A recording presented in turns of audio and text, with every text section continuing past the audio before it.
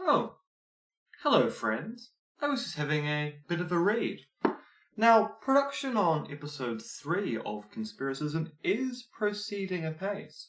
I'm writing a lovely little script on exactly what a conspiracy theory is and what some people think conspiracy theories aren't. But you'll have to wait probably another week before that's ready to go. But I thought I would mention that I've just received a new book, the Routledge Handbook of Applied Epistemology, and it's quite interesting for not one, not two, but 3 reasons. The first interesting reason is that there's a chapter in it called The Applied Epistemology of Conspiracy Theories and Overview, written by one M.R.X. Dentith and Brian L. Keeley. That sounds like the kind of thing I should be interested in. It also sounds like the kind of thing that I wrote. So we'll be talking about that at some other point. But also note, there's a chapter in this book on the psychology of conspiracy theory by one David Cody, who also happens to be one of the editors of this 4th volume.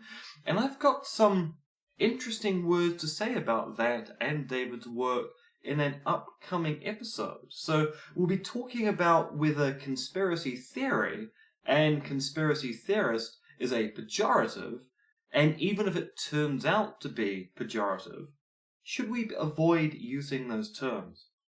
But it's the third point I want to talk about. So this book I received as a complimentary copy because as one of the contributors, of course it would be the case they would send me a copy to read. Now you might be thinking, I too would like a nice sturdy book like this, which has all sorts of topics from conspiracy theories to rumour to gossip to how we apply the thesis of evidence-based medicine, what epistemic injustice is, and all that jazz.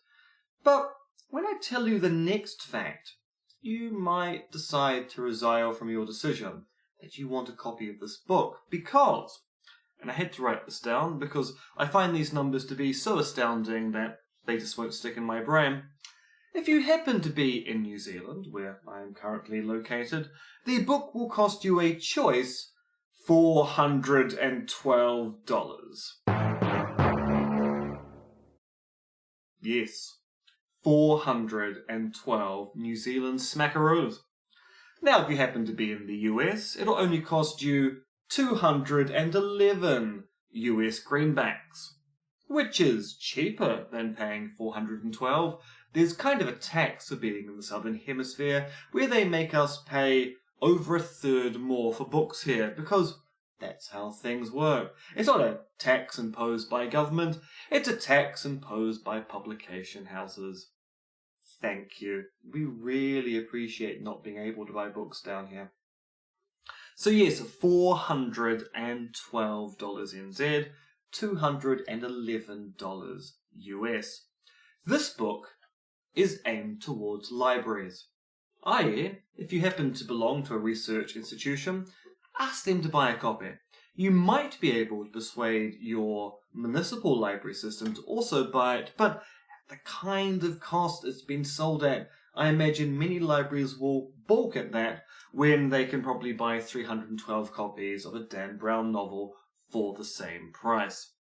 Now, admittedly, this is probably worth 4,000 Dan Brown novels. I'm not quite up to date with my Dan Brown to academic ratio at the moment, but I'm fairly sure this book is worth 5,000 Dan Browns.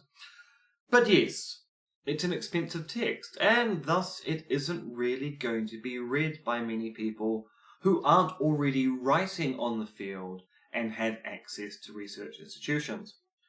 Which, of course, is why I'm making this video series, because work like this, which should be available to the general public in an easily digestible format, not a pill, not food, as a readable form, and at a price that people can afford, just doesn't exist. Thus, this series called Conspiracism, and thus why I should stop recording this video now and return back to writing episode 3, What is a Conspiracy, so I can then move on to episode 4, Should we use the terms conspiracy theory and conspiracy theorist. So if you don't mind, I'm going to finish reading this chapter, and then I'm going to get back to work.